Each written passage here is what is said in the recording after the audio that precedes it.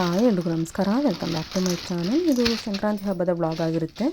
ನಿಮ್ಗೆ ಇಷ್ಟ ಆದರೆ ಈ ವಿಡಿಯೋ ದಯವಿಟ್ಟು ಲೈಕ್ ಮಾಡಿ, ಶೇರ್ ಮಾಡಿ. ಹೊಸೊಬ್ರು ಏನಾದರೂ ನನ್ನ ಯೂಟ್ಯೂಬ್ ಚಾನಲ್ನ ನೋಡ್ತಾ ಇದ್ದರೆ ದಯವಿಟ್ಟು ಸಬ್ಸ್ಕ್ರೈಬ್ ಮಾಡ್ಕೊಂಡು ನನ್ನ ಯೂಟ್ಯೂಬ್ ಚಾನಲ್ನ ನೋಡಿ ಅಂತ ಹೇಳ್ತಾ ಬನ್ನಿ ಇವತ್ತಿನ ಬ್ಲಾಗ್ನ ಕಂಟಿನ್ಯೂ ಮಾಡೋಣ.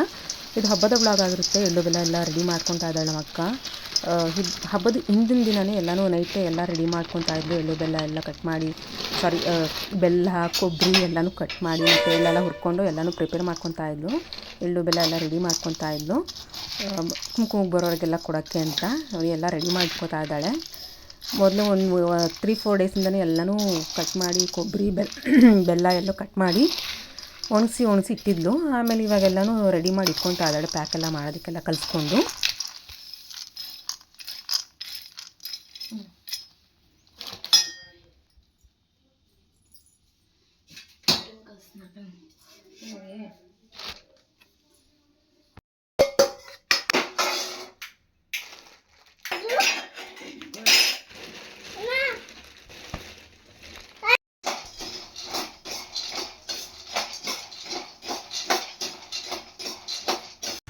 ನೈಟ್ ಎಲ್ಲನೂ ರೆಡಿ ಮಾಡಿ ಇಟ್ಕೊಂಡಿದ್ದು. ನೆಕ್ಸ್ಟ್ ಡೇ ಮಾರ್ನಿಂಗ್ ಹಬ್ಬದ ದಿನ ಅಂದರೆ ನೆನ್ನೆ ಹಬ್ಬದ ದಿನ ಎಲ್ಲ ದೇವ್ರ ಪೂಜೆ ಎಲ್ಲ ಮುಗಿಸ್ಕೊಂಡು ದೇವಸ್ಥಾನಕ್ಕೆ ಹೋಗೋದಕ್ಕೆ ಎಲ್ಲನೂ ರೆಡಿ ಮಾಡಿ ಇಟ್ಕೊಂಡಿದ್ದಾಳೆ. ಜೊತೆಗೆ ಪೂಜೆನೂ ಕೂಡ ನಾವು ಮನೇಲಿ ಪೂಜೆ ಫಸ್ಟ್ ಮುಗಿಸ್ಕೊಂಡು ದೇವಸ್ಥಾನಕ್ಕೆ ಹೋಗಿದ್ವಿ.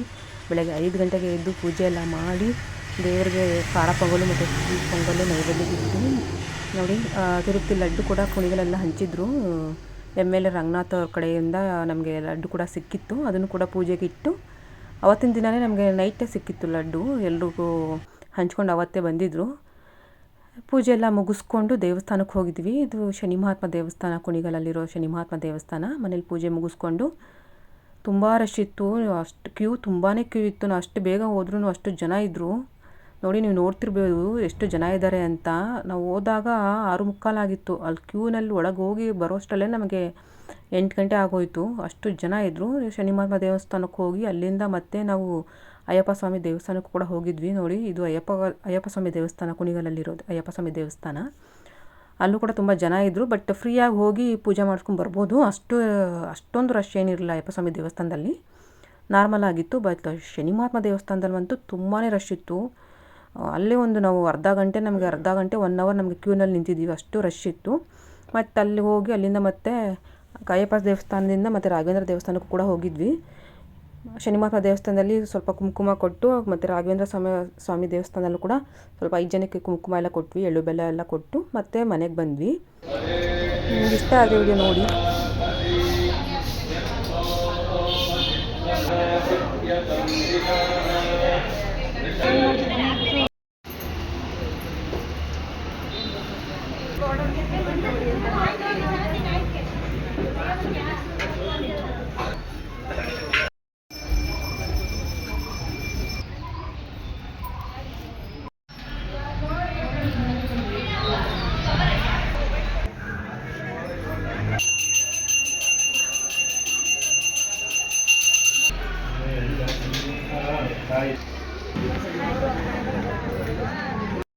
ಹಬ್ಬದ ದಿನ ಖಾರ ಪೊಂಗಲು, ಸ್ವೀಟ್ ಪೊಂಗಲು ಮತ್ತು ಸ್ವಲ್ಪ ಪಲಾವ್ ಕೂಡ ಮಾಡಿದ್ವಿ.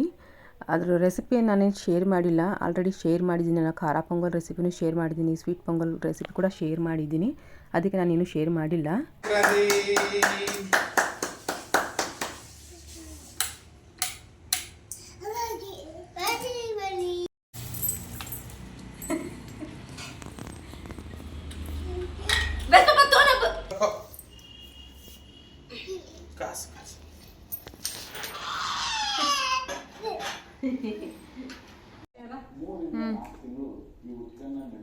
ಎಲ್ಲರಿಗೂ ಸಂಕ್ರಾಂತಿ ಹಬ್ಬದ ಶುಭಾಶಯಗಳು. ಹ್ಯಾಪಿ ಸಂಕ್ರಾಂತಿ.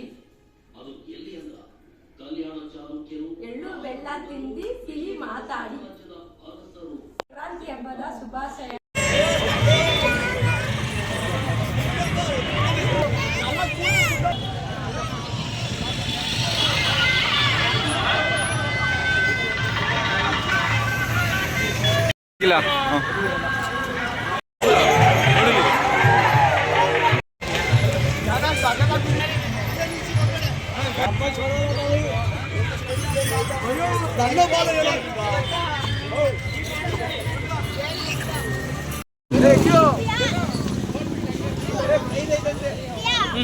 ಬೈಲಿ ಇಲ್ಲಿ ಬಾ ಬಾ ಇಲ್ಲಿ ಬರೋ ನಾನು ಇನ್ನ ಇಲ್ಲಿ ಕ್ಯಾಮ್ರಾ ಕಂಟಿಲ್ಲ ಬಾ ಇಲ್ಲಿ ಇಲ್ಲಿ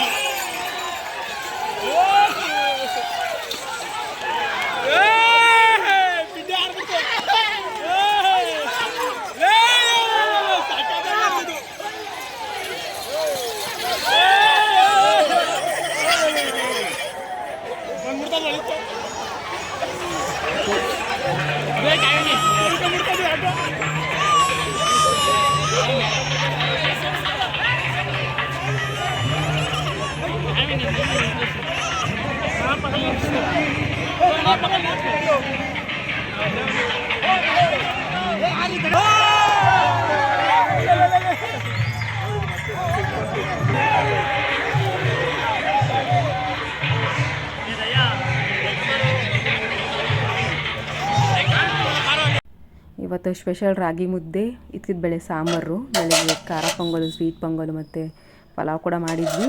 ನೈಟು ಮುದ್ದೆ, ಅನ್ನ, ಸಾಂಬಾರು, ಇದ್ಕಿದ ಬೇಳೆ ಸಾಂಬಾರು ಸ್ಪೆಷಲ್ ಇವತ್ತು. ಎಲ್ಲರೂ ಮನೆಯಲ್ಲಿ ಕಾಮನ್ ಇವತ್ತು ಇದ್ಕಿದ ಬೇಳೆ ಸಾಂಬಾರು ಮಾಡೋದು. ರೆಸಿಪಿ ಕೂಡ ನಾನು ಇದ್ಕಿದ ಬೇಳೆ ಸಾಂಬಾರು ರೆಸಿಪಿ ಕೂಡ ನಾನು ಶೇರ್ ಮಾಡಿದ್ದೀನಿ. ಇವತ್ತೇನು ಶೇರ್ ಮಾಡಿಲ್ಲ, ಬೇಕು ಅಂದರೆ ನನ್ನ ಯೂಟ್ಯೂಬ್ ಚಾನಲ್ನ ನೀವು ನೋಡ್ಕೋಬೋದು.